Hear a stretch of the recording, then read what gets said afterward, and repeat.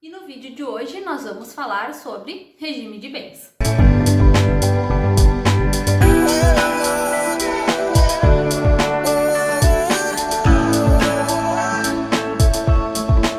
Quando a gente fala sobre regime de bens, nós estamos falando ou sobre casamento ou sobre união estável. O regime de bens é o estatuto patrimonial que irá reger ou o casamento ou a união estável. É ali que vai ser definido o que vai se comunicar dentro do patrimônio do casal. Também vai falar sobre a comunicação de alguns bens do casal, como por exemplo, aqueles bens que você ganha de herança, ou talvez sobre um prêmio ganho na loteria. Quando a gente fala em regimes de bens, nós temos um assunto que é bastante complicado de se explicar. Por quê? Gente, o regime de bens é um assunto bastante complexo e que tem bastante detalhes. Então, eu vou tentar explicar para vocês da forma mais simples possível, para que vocês tenham a oportunidade de discutir com seus futuros noivos, com seus futuros maridos ou esposas, qual regime de bens se encaixa melhor para vocês. Então, resumindo, o regime de bens trata de todo o patrimônio do casal, que eles tinham antes do casamento, que eles construíram junto, e o que vai acontecer com o patrimônio no momento do divórcio, ou então ainda no momento em que um dos cônjuges morre. Bom, doutora, como eu sei qual é o regime de bens que incide sobre o meu casamento? Quem casou antes de 1977, sem o pacto antinupcial, se casou pelo regime da comunhão total de bens, ou seja, a também chamada comunhão universal de bens. Mas por quê? Porque até 1977 o regime legal era esse. Quando a gente fala sobre regime legal, é a mesma coisa que a gente dizer que é aquele regime que é imposto pela lei sem que as partes escolham. E por que as partes não escolheram? Ou porque elas não quiseram, ou porque elas não sabiam da importância de conhecer e escolher o melhor regime que se adaptava ao casal. Então, para quem não escolhe, a lei impõe um regime padrão. E até 1977, o regime padrão era o da comunhão total de bens. Até 1977, nós tínhamos esse regime de bens porque a lei era regida pelo Código de 1916. No Código Civil de 1916, nós tínhamos a seguinte premissa: o que Deus uniu, o homem não separa. E, aliás, foi em 1977, com a famosa entrada em vigor da Lei do Divórcio, que o casamento passou a ser dissolúvel. Até 1977, não existia a figura do divórcio. O que existia, no máximo, era aquela figura do desquite. Vocês lembram? A partir de 1977, a lei, além de trazer a oportunidade de se divorciar, a lei também alterou o regime de bens, que deixou de ser da comunhão total de bens e passou a ser pela comunhão parcial de bens. Então, quem casou posteriormente a 1977, sem o pacto antinupcial, ou seja, sem escolher o regime de casamento, o regime de bens é o da comunhão parcial. Então, vamos começar falando do regime da comunhão parcial de bens, que é o mesmo regime legal, ou seja, que a lei prevê se a gente não escolher outro.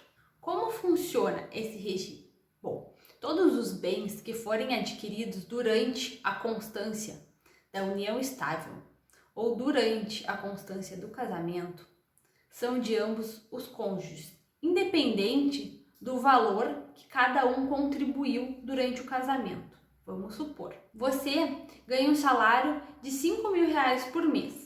Sua esposa ganha um salário de R$10.000. Independente do valor que cada um contribui com a casa, ou que cada um traz para casa, tudo que for adquirido durante esse tempo do casamento será dividido entre ambos, em caso de separação.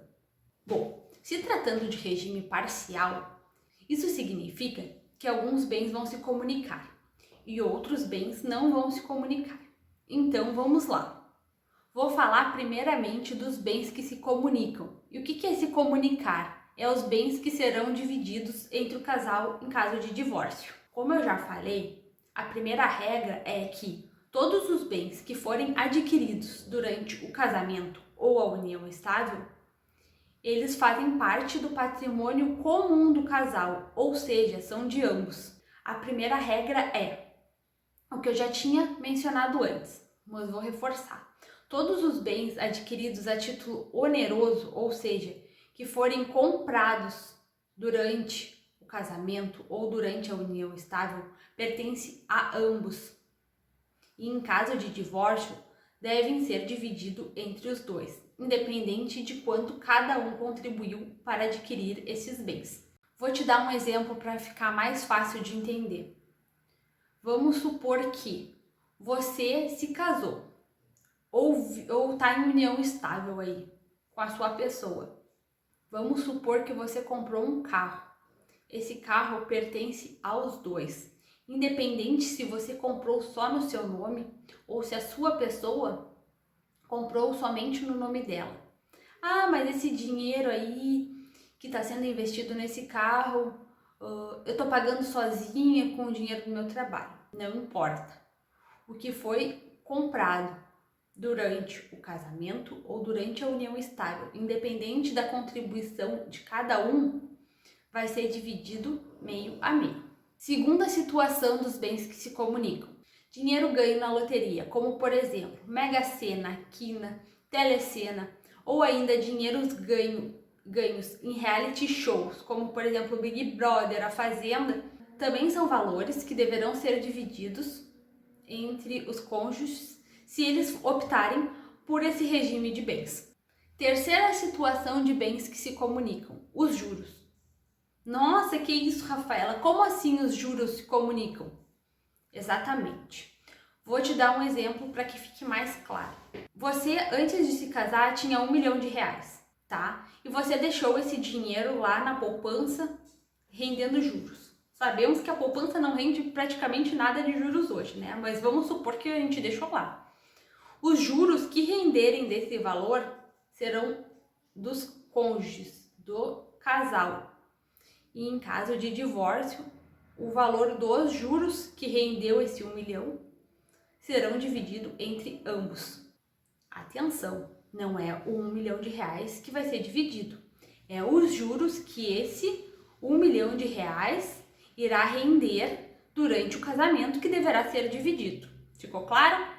Quarta situação de coisas que deverão ser divididas, os frutos. O que são os frutos? Vou te dar um exemplo para ficar mais claro. Vamos supor que você tem uma casa que você ganhou de herança dos seus pais, tá? E você coloca essa casa para alugar. Os aluguéis recebidos durante o casamento também deverão ser divididos entre o casal. Não é a casa, é os aluguéis, ou seja, os frutos. Quinta situação de bens que deverão ser divididos, as benfeitorias, ou seja, vou te dar um exemplo já para ficar de mais fácil entendimento. Você tinha uma casa. Depois do casamento ou da união estável, vocês reformaram aquela casa. Botaram um piso novo, aumentaram um quarto, uma sala. Essas coisas que foram feitas durante a união estável e o casamento também deverão ser divididos. Atenção, não é a casa inteira, e sim somente o que foi feito de melhorias na casa. Sexta situação, accessões. E o que são accessões? Accessões nós também podemos chamar de construções. Já vou te dando um exemplo para não falar palavras difíceis. Você tem um terreno que ganhou da sua avó antes do casamento. E vocês decidem construir a casa de vocês sobre esse terreno, posterior ao casamento ou à união estável. O que é construído por vocês dois deve ser dividido meio a meio. Bom, dito isso, vou contar uma história para vocês que ocorreu aqui no escritório. Uma cliente me procurou e me relatou o seguinte: doutora, eu comprei uma casa antes do meu casamento. tá? E financiei essa casa em 15 anos.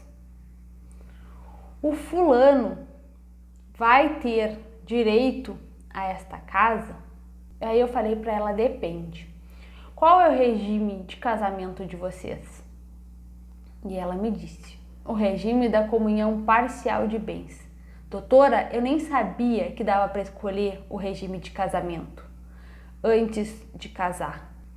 E aí a minha resposta para ela foi, ele vai ter direito sim aos valores que foram pagos durante a constância do casamento de vocês. Por exemplo, se vocês se casaram e faltava só 5 anos para pagar esse financiamento, ele vai ter direito ao valor proporcional desses 5 anos.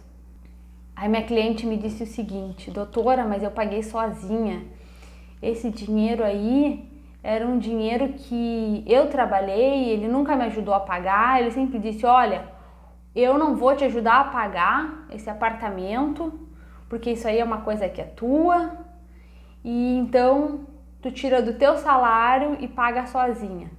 Bom, aí eu tive que dizer para ela, por causa do regime de bens que incidiu sobre o casamento de vocês, ainda que vocês não tenham, né, escolhido ou nem sabiam que dava para escolher, por causa desse regime de bens, sim, ele vai ter direito. Independente dele ter ajudado ou não. Por quê? Porque o que é adquirido a título oneroso, né, onde se despende dinheiro para adquirir um bem, tem que ser dividido, ainda que proporcionalmente, entre o casal. Então, eu deixo aqui um alerta. Antes de você se casar, ou antes de você ir morar junto com alguém, porque ainda que não haja escritura pública de união estável, ainda que vocês não vão no cartório fazer uma união estável, se a outra parte conseguir comprovar que vocês tinham uma união estável, o regime que vai incidir é o da comunhão parcial de bens. Por isso, é muito importante você consultar um profissional da sua confiança para saber quais vão ser os efeitos jurídicos, né, do casamento ou dessa união estável, porque o casamento também é um negócio jurídico. E se ele não for muito bem pensado e muito bem planejado, lá pra frente vai dar dor de cabeça, vai dar incomodação e tudo bem. Eu sei que ninguém casa pensando que um dia vai se separar. Até porque se fosse assim, né, ninguém ia casar. Vou me casar para um dia me incomodar. Não.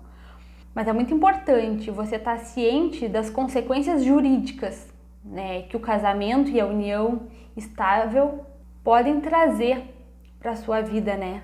Principalmente para a sua vida patrimonial. E por isso é tão importante ver se o regime legal é o melhor regime para o casal. Porque às vezes pode ser, às vezes pode não ser. E por isso é tão importante, né, a gente se informar antes de casar ou de ir morar com alguém.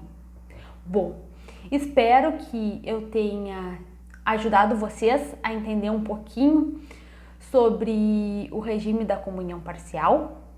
O próximo vídeo eu vou explicar sobre o regime da comunhão universal de bens e o regime da separação total de bens. Aguardo vocês lá. Não se esqueçam de se inscrever no canal. Também dá um curtir ali se você gostou do vídeo, se ele te ajudou, se ele te ensinou alguma coisa. Se você acha que tem algum conhecido seu que também precisa saber sobre isso, compartilhe o vídeo com ele. Então tá, até o próximo vídeo. Obrigada por ter ficado comigo até aqui e até mais.